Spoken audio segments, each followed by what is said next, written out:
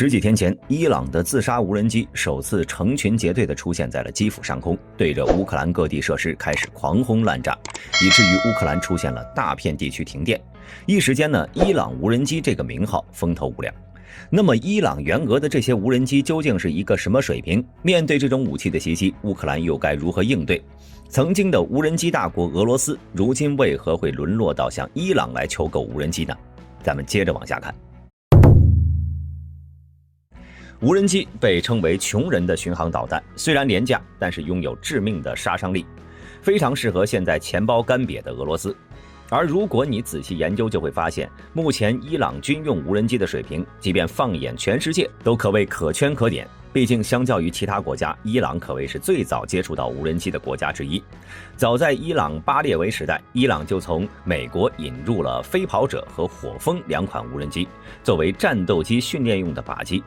在后来两伊战争激烈之际呢，几个伊朗青年拿着携带商用相机的简陋无人机，协助革命卫队进行侦察，并在一次任务中发现了伊拉克军主力。因此，伊朗越发的重视无人机的发展，革命卫队小作坊甚至也因此发展成为了 QODS 航空工业公司。不久后呢，伊朗飞机工业公司这个大型军工企业也加入到了无人机研发中，大量学者更是成为伊朗无人机发展的有生力量。到了两伊战争后期，伊朗自主开发的莫哈杰1无人机开始介入战场。该机呢，不但能够侦察和校射，还具备一定的对地打击能力。到停战时，伊朗无人机已经执行了619次各类任务。战后，伊朗还在逐渐改善和一些技术发达国家的关系，大量伊朗的留学生专门从海外学得了大量相关知识。同时，在国内，伊朗加大了光学复合材料、电子仪表产业的投入，这都为伊朗的无人机发展打下了坚实的基础。当然，光有基础可不行，伊朗更需要一些技术方面的突破。从2011年开始，伊朗相继捕获美军多种先进无人机。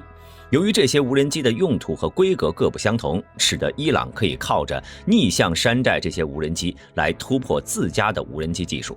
到了2020年初，伊朗进行了一次超大规模的无人机演习和公开展览。从时间看呢，伊朗无人机发展已经将近30年了，从无人机库存数量与技术上都有着不错的基础。有说法是，在伊朗军队内，现在装备的无人机估计数量应该在上万架，子型号多达30余种。那么，伊朗援助俄罗斯的无人机都是什么水平呢？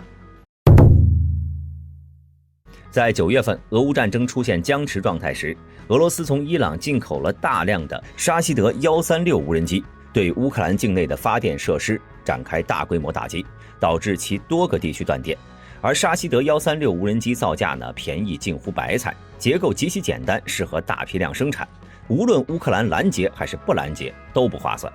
其实，除了沙希德136无人机之外呢，伊朗在俄乌战争期间拿出来的武器装备可真不少。比如和沙希德136一起提供给俄罗斯的迁徙者6无人机。根据乌克兰在线出版物《国防快报》援引伊朗的数据来看，这些无人机呢是做工简单，采用木质螺旋桨、塑料机身、摩托车发动机，再加上电路板就成型了。技术呢谈不上先进，甚至有点简陋。其中沙希德131比沙希德136略小，起飞重量估计为135公斤，而后者呢是200公斤。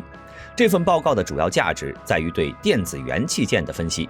原来，由于此前美国对伊朗的制裁，该国无人机上的元器件都是民用级别的。在制导系统中，由于伊朗难以获得适用于无人机的摄像头等光电组件，仅使用民用级卫星定位信号接收器，这使得该无人机只能用于轰炸静止物体。不过，这也降低了它的成本，仅2万美元的售价。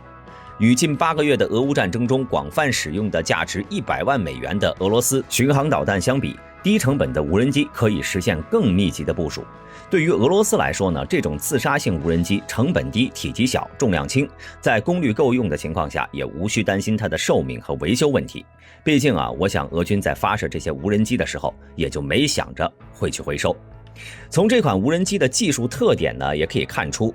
伊朗研发的自杀式无人机总体技术水平只能算是一般。如今呢，伊朗已经向俄军提供了数百架各类的无人机，并派出了不少伊朗教官来到俄乌战场对俄军进行无人机培训。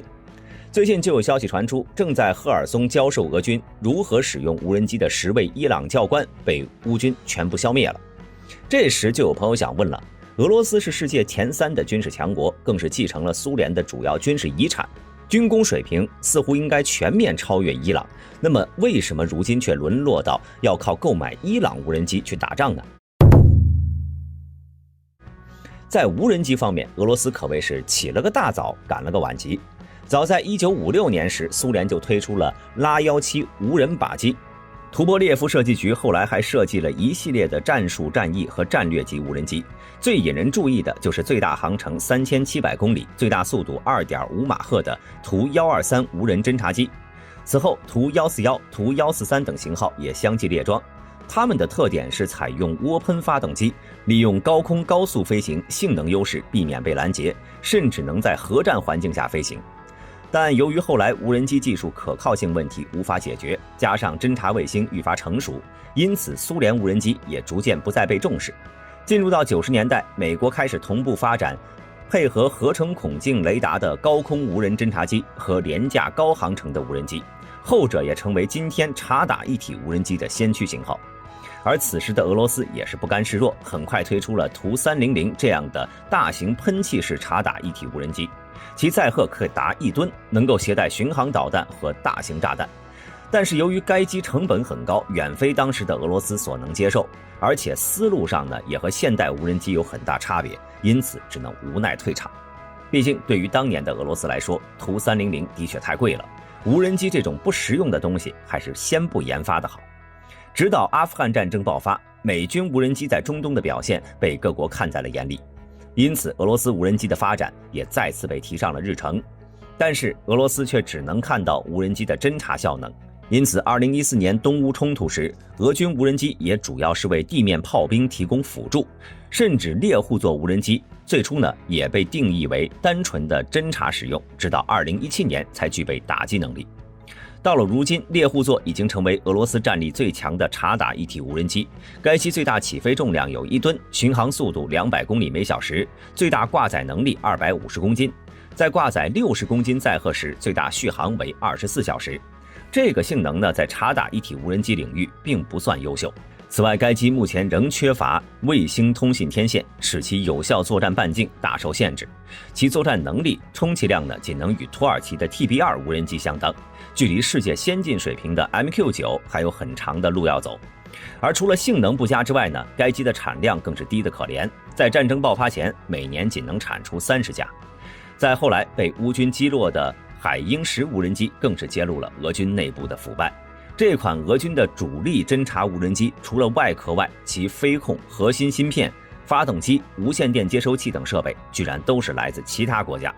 更尴尬的是，乌军检查被击落的海鹰10，并对其进行拆解时，居然发现其内置的侦察设备是日本多年前发布的 EOS 600D 佳能单反相机，其油箱居然和塑料水平无异。就是这样一款无人机的单价居然也高达8.7万美元，这也不得不让人对俄军的军购内幕有所怀疑。